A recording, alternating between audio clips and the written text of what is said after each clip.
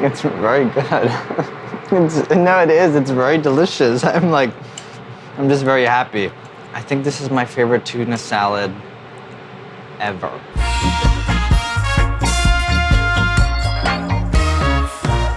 I'm Andy Baraghani. Today I'm going to be making a tuna salad, but also has some crispy chickpeas in there and also some fresh greens. A recipe that I was making all the time during the summer that eventually became a recipe that's in our March issue out now.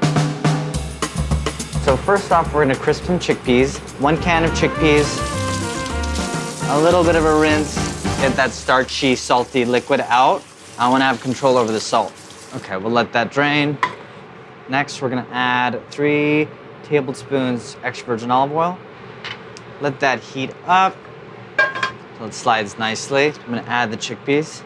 Chickpeas that are already cooked from the can, they go straight into the pan with olive oil. I'm just seasoning them up with salt and pepper today, but you could add all kinds of different spices, cumin, coriander, some dried chili works really well. I came up with this recipe because I just needed a bigger daytime meal that kept me fueled for a while, and I made it once for the 2 people that I'm quarantining with, and they loved it, and so I just kept on making it over and over, and it's also very easy, so I didn't mind making it all the time. You're gonna see the skin start to kind of crack and shrivel. That's good. You could definitely do this with other beans. I like chickpeas probably the most. I find it the easiest. It's like there's certain pantry items that I have. Canned chickpeas is definitely part of that, and also canned tuna. I've enjoyed a tuna casserole before and developed one for BA. First recipe I developed for BA. True story, shocking.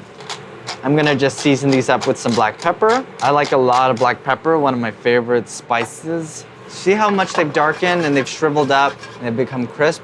A little bit more salt.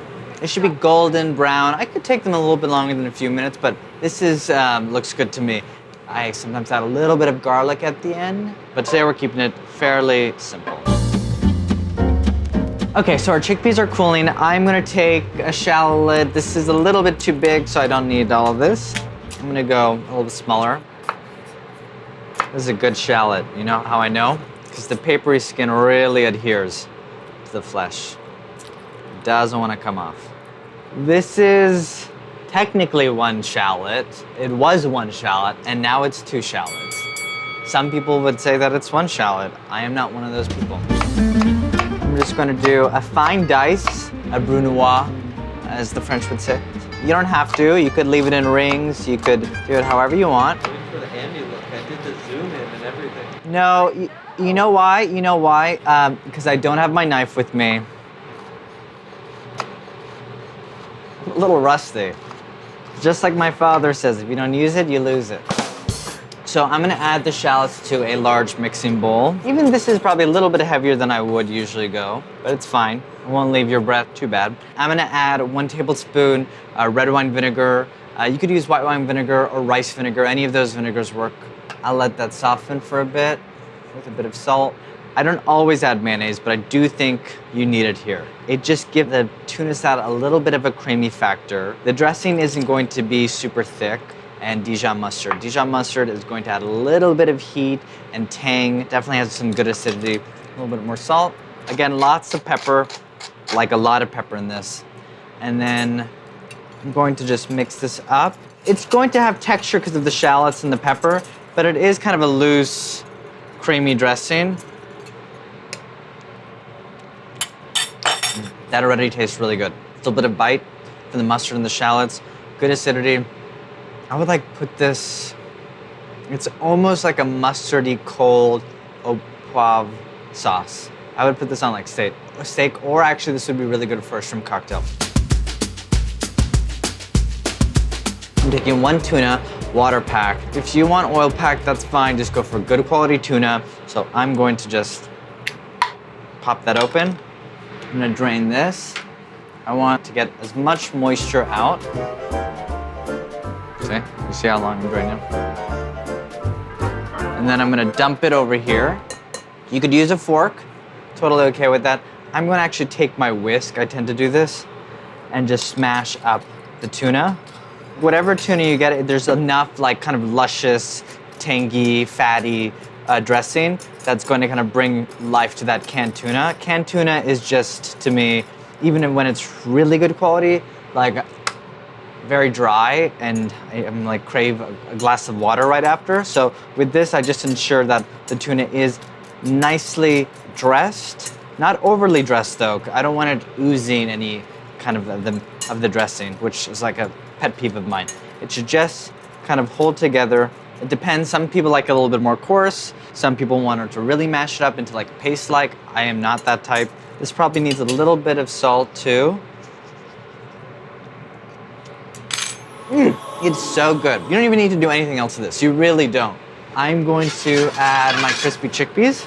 I'm gonna take, you can use Bib lettuce. I love Bib lettuce or any kind of leafy green. I'm using just red endive because they're a little bit more sturdy.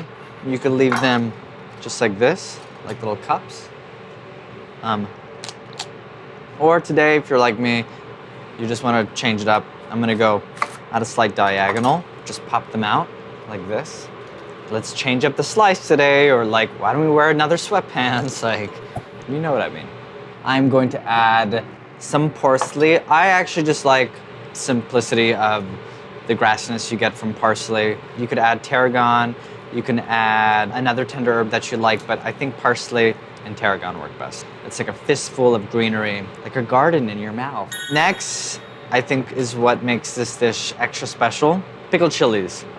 You could get away with just adding dried chili flakes or taking fresh chilies and slicing them up and adding some vinegar and adding that to the dish. Pepperoncinis, I love. I would just like throw them in whole or like coarsely chopped. These I think are gonna be quite spicy, so I'm gonna try them. So let's see.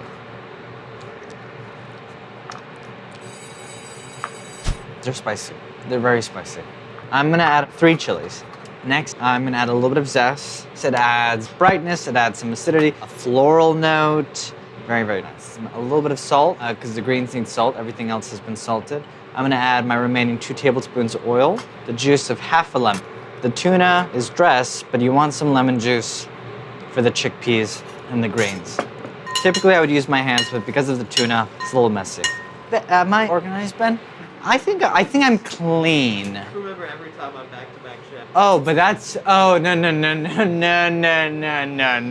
I always had a clean station, but we had to clear our entire station for back-to-back chef. I just found it a little bit of an inconvenience to clean my entire station when I needed to use it. It was always cleaned up. Anyways. And now we plate. There's a lot going on here. It's very textured. There's a lot of texture between the chickpeas and the greens and the parsley, some heat, acidity. It's very simple and very satisfying. I'm gonna give it a try.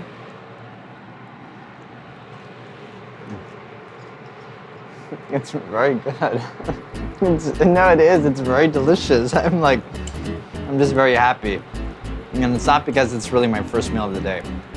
You have so much texture and a little bit of heat from the chilies and lots of black pepper and acidity from both the lemon and vinegar. I think this is my favorite tuna salad ever.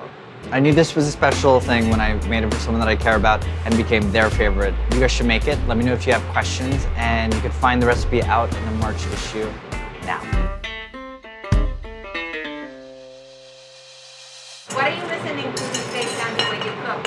Well, what I typically listen to, it's Billie Holiday, Aretha Franklin, sometimes Janet, Miss Jackson if you're nasty, Diana Ross, who else? I mean, there's people that I know I want to listen to, but I know like the house would be annoyed if I played on like Metallica or Janis Joplin or, listen to Led Zeppelin. Led Zeppelin I think is always good cooking music. Yeah, now I'm just getting nostalgic.